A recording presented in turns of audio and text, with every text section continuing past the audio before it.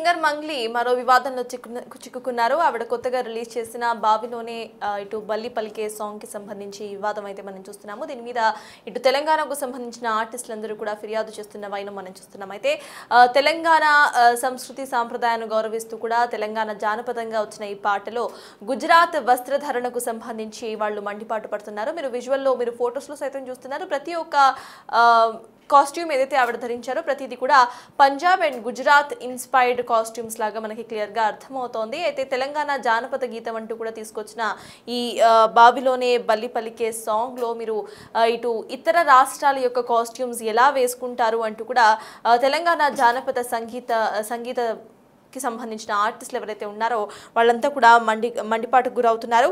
అయితే కాస్ట్యూమ్స్ ఇలా ధరించి సాంగ్ చిత్రీకరించడంపై అభ్యంతరం వ్యక్తం చేస్తున్నారు. వాళ్ళంతా కూడా వెంటనే వీడియో డిలీట్ చేయాలని డిమాండ్ చేస్తున్నారు. సోషల్ మీడియాలో ప్రెజెంట్ అయితే ఈ పాట వైరల్గా మారింది. మిలియన్ల వ్యూస్తో పాట అయితే వైరల్గా మారింది. దీనికి సంబంధించి మరి మంగ్లీ ఎలా రియాక్ట్ అవుతారు అనేది కూడా వేచి చూడాలి. అయితే మంగ్లీ మరో వివాదంలో చిక్కుకున్నారని చెప్పుకోవచ్చు. మంగ్లీపై రీసెంట్గా కొన్ని వివాదాలు వస్తూనే ఉన్నాయి. అయితే ఇవాళ అంటే రీసెంట్గా రిలీజ్ అయిన ఈ బావిలోనే బల్లి పలికే సాంగ్ ఏదైతే ఉందో తెలంగాణ జానపద గేయంగా వచ్చిన ఒక పాట. దాంట్లో డీజే మిక్స్డ్కి సంబంధించి తెలంగాణ సంస్కృతిని ఉద్దేశిస్తూ కూడా రాసుకున్న ఈ పాటలో వేరే ఇతర రాష్ట్రాలకు సంబంధించిన కాస్ట్యూమ్స్ను వాడడంపై తెలంగాణ జానపద సంగీత దర్శకులు ఎవరైతే ఉన్నారో వాళ్ళంతా కూడా వివాదానికి తెరలేపుతున్న వైనం మనం చూస్తున్నాం. మరి దీనికి సంబంధించి తెలంగాణ ఫోక్ సాంగ్ అంటూ కూడా తెలంగాణ వస్త్రధరణలో కాకుండా కావాలని పక్క రాష్ట్రాల యొక్క వస్త్రధరణ ఎలా వేసుకుంటారు అంటూ కూడా వీళ్ళు ప్రశ్నిస్తున్న వైఖరి మనం చూస్తున్నాం. మరి దీనికి సంబంధించి ఇటు మంగ్లీ ఏమైనా స్పందిస్తారా అనేది కూడా వేచి చూడాలి. అట్ ద సేమ్ టైం ఇది కేవలం కాస్ట్యూమ్ మాత్రమే, కాస్ట్యూమ్కి పాటకి ఏమీ సంబంధం లేదు అంటూ కూడా ఆవిడ స్పందించే అవకాశం ఉన్నట్టుగా మనకు అర్థమవుతోంది. మరి అసలు మంగ్లీ దీని గురించి ఏమని స్పందిస్తారు, ఆవిడ ఏమంటారు అనేది ఇప్పుడు హాట్ టాపిక్గా మారింది. ఇక ఇదే అంశంపై పూర్తి డీటెయిల్స్ మా ప్రతినిధి దేవిక అందిస్తారు. దేవిక చెప్పండి, బావిలోనే బల్లి పలికి అంటూ కూడా ఎప్పుడైతే మంగ్లీ సాంగ్ పెట్టారో అప్పటి నుండి వైరల్గా మారింది. హూక్ స్టెప్స్ అయితే మనం చూస్తూనే వచ్చాం. అయితే ఇప్పుడు ఈ సాంగ్ వివాదానికి కారణమవుతోంది. అక్కడ ఆవిడ వేసుకున్న కాస్ట్యూమ్స్ మేజర్గా అందరికీ కూడా వివాదాన్ని రేకెత్తిస్తున్న అంశంగా కనిపిస్తోంది. అసలు దీనికి సంబంధించిన అప్డేట్స్ ఏంటి, ఎవరైతే వివాదం చేస్తున్నారో వాళ్ళు ఏమంటున్నారు దేవిక? సింగర్ మంగ్లీ ఎంత ఫేమస్ అనే విషయం కూడా మనందరికి కూడా తెలిసిందే. తను పాడిన ప్రతి ఒక్క పాట కూడా మిలియన్స్ వ్యూస్ వెళ్తూ ట్రెండింగ్ లో వెళ్తూ ఉంటుంది. అయితే అదే కోణంలో ఈ ఇటీవల కాలంలో పాడిన బావిలోనే బల్లి పలికే పాట కూడా చాలా ఫేమస్ అయిందన్న విషయం కూడా మనకి తెలిసిందే అని చెప్పొచ్చు. అంటే రిలీజ్ అయినప్పటి నుంచి కూడా కొంచెం ఈ పాట అనేది అయితే వివాదాస్పదంగా మారిందని చెప్పొచ్చు. కొంతమంది తన మీద ట్రోల్ చేయడం, కంప్లైంట్ దాకా వెళ్ళడం, తన మీద అనేక రూమర్స్ రావడం, ఇవన్నీ కూడా మనం చూడడం జరిగింది. అంతలోనే అది ఆ వివాదం మరొక ముందే కొంతమంది సోషల్ యాక్టివిటీస్ లో కూడా ఈ పాటకి సంబంధించి ఒక వివాదాన్ని అయితే తెర మీదకి తీసుకొచ్చారని చెప్పొచ్చు. తెలంగాణ సాంగ్ లో గుజరాత్ కల్చర్ పాట ఉన్నప్పుడు ఎందుకు ఈ విధంగా చేస్తున్నారు అనేది కూడా చేస్తున్నారని చెప్పొచ్చు. ముఖ్యంగా చూసుకుంటే ఆ సాంగ్ మేకింగ్ అనేది గుజరాత్ రాజస్థాన్ స్టైల్లో చేయాల్సిన అవసరం ఏముంది?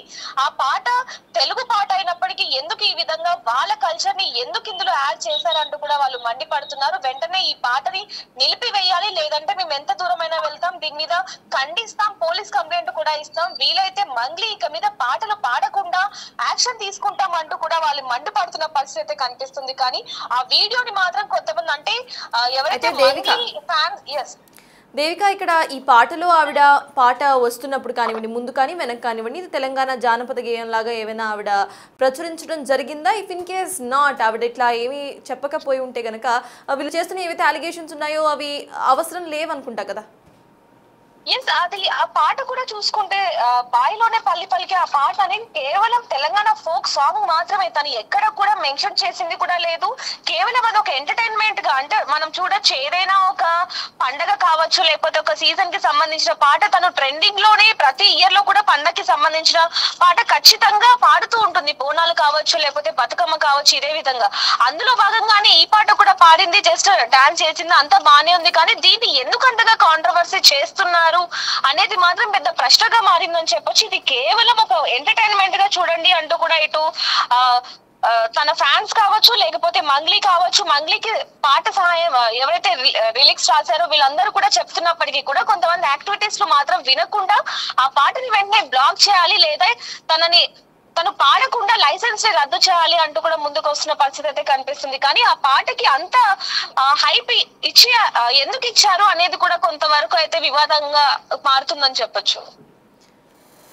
అయితే దేవిక ఇక్కడ చూసుకుంటే మంగ్లీకి ఆల్రెడీ ఒక రకమైన ఫ్యాన్ బేస్ మనం ముందు నుండి చూస్తున్నాం. సో హైప్ ఓవరాల్గా ఆవిడకున్న ఆ ఫ్యాన్ బేస్ కారణంగా వచ్చింది. పార్ట్ ఆఫ్ దిస్ ఫోక్ సాంగ్కి ఎలాంటి డ్రెస్సింగ్ వేసుకోవాలి అనేది as an artist or else producers ఎవరైతే ఉన్నారో ఆ సాంగ్కి సంబంధించి వాళ్ళ ఇష్టంగా ఉంటుంది. ఎక్కడ కూడా ఆవిడ మోటివేషన్గా ఏమీ ఇవ్వకపోయినంత వరకు. సో ఇక్కడ ఆవిడ ఎటువంటి మోటివేషన్ ఇవ్వడం లేదు. ఏ పండుగను ఉద్దేశిస్తూ కూడా ఆవిడ పాట పాడినప్పుడు జస్ట్ ఒక సెలబ్రేషన్ లాగా పాట పాడుతున్నప్పుడు కాస్ట్యూమ్ ఎలాగ మ్యాటర్ అవుతుంది, దీన్ని ఆవిడకి సంబంధించిన లైసెన్స్ కు ఎందుకు లింక్ చేస్తున్నారు, దానికి సంబంధించి ఎగ్జాక్ట్ గా ఎవరైతే యాక్టివిస్టులు మాట్లాడుతున్నారో వాళ్ళు మాట్లాడారా? అట్ ద సేమ్ టైం దీనికి సంబంధించి మంగ్లీ సైడ్ నుండి ఎటువంటి స్టాండ్ వినిపిస్తుంది దేవిక? ఈ పాటలో చూసుకుంటే కేవలం ఈ యొక్క పాటలోనే కాదు, ఏ పాటలో అయినా సరే వేరే వాళ్ళు లిరిక్స్ రాసిస్తారు, వీళ్ళు ఆ పాటని పాడతారు, అందులో భాగంగానే వీళ్ళు డాన్స్ చేస్తారు. వీళ్ళ పాత్ర ఇంతవరకే. కానీ మీరు అన్నట్టుగానే దీని వెనకాల ఎంతో మంది ఉంటారు, ప్రొడ్యూసర్స్ కావచ్చు, డైరెక్టర్స్ కావచ్చు, కాస్ట్యూమ్ డిజైనర్స్, ఇంత మంది ఉన్నప్పటికీ కూడా కేవలం మంగ్లీ మీదనే ఎందుకు ఈ వివాదం చోటు చేసుకుంటుంది అనేది మాత్రం పెద్ద క్వశ్చన్ మార్క్ గా మారిందని చెప్పొచ్చు.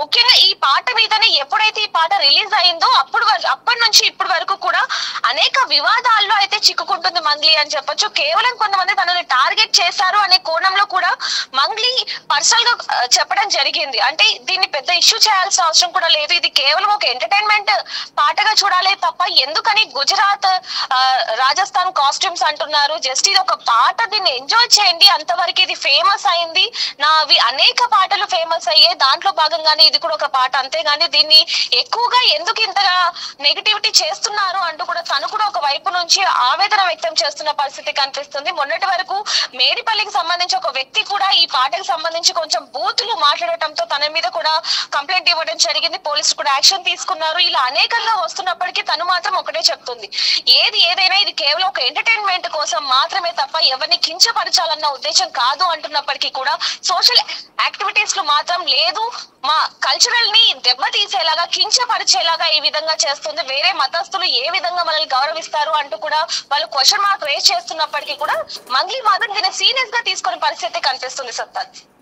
Yes, thank you Devika. మొత్తానికి మంగ్లీ పాడిన ఈ పాటకు సంబంధించి ప్రతి ఒక్కళ్ళు కూడా అంటే తెలంగాణ ఫోక్ సాంగ్ ఆర్టిస్ట్ ఎవరైతే ఉన్నారో కొంతమంది వివాదానికి దారితీస్తున్నట్టుగా అర్థమవుతుంది. క్లియర్ ఫ్యాక్ట్స్ మాట్లాడుకుంటే ఆవిడ ఎక్కడ కూడా ఇది ఒక మోటివేషన్ సాంగ్ లాగా ఆవిడ ప్రచురించలేదు. అట్ ద సేమ్ టైం ఒక జానపద గేయంగా సైతం ఆవిడ దీన్ని మార్కెటింగ్ చేయకపోని పరిస్థితి మనం చూస్తున్నాం. సో అంటిల్ అన్లెస్ ఆవిడ ఒక జానపద గేయంగా లేకపోతే తెలంగాణను ఉద్దేశిస్తూ ఒక సంస్కృతి సాంప్రదాయాన్ని ఉద్దేశిస్తూ పాడిన పాటగా ఆవిడ గనక దీన్ని ప్రమోట్ చేస్తే ఖచ్చితంగా అక్కడ వేసుకున్న కాస్ట్యూమ్స్ అయితే మ్యాటర్ అయి ఉంటాయి. అయితే ఇది కేవలం ఎంటర్టైన్మెంట్ పర్పస్ కి మాత్రమే చేసిన ఒక పాట కాబట్టి దీంట్లో కాస్ట్యూమ్స్ ఎలా మ్యాటర్ అవుతాయి అనేది మంగ్లీ తరపు వాదనగా వినిపిస్తోంది. And that is in fact true also. మనకి కనిపిస్తున్న వైనం అట్లానే కనిపిస్తోంది, ఎందుకంటే ఇక్కడ కూడా ఆవిడ ముద్రించలేదు ఇది జానపద గేయం అని, ఆర్ఎల్స్ ఒక మోటివేషనల్ సాంగ్ అని. మరి దీనికి సంబంధించి ఎవరైతే ఫోక్ సాంగ్ యాక్టివిస్ట్ ఏదైతే మాట్లాడుతున్నారో వాళ్ళు ఏమంటారో కూడా వెయిట్ చేసి చూడాలి. అట్ ద సేమ్ టైం దీన్ని వేరే రాష్ట్రాలకు అబాయిడ్ చేస్తూ కూడా ఆ రాష్ట్రం కాస్ట్యూమ్స్ వేసుకొని తెలంగాణ ఫోక్ సాంగ్ పాడటం తప్పు అంటున్నారు. సో దీనికి సంబంధించి ఎటువంటి రూల్స్ ఏమైనా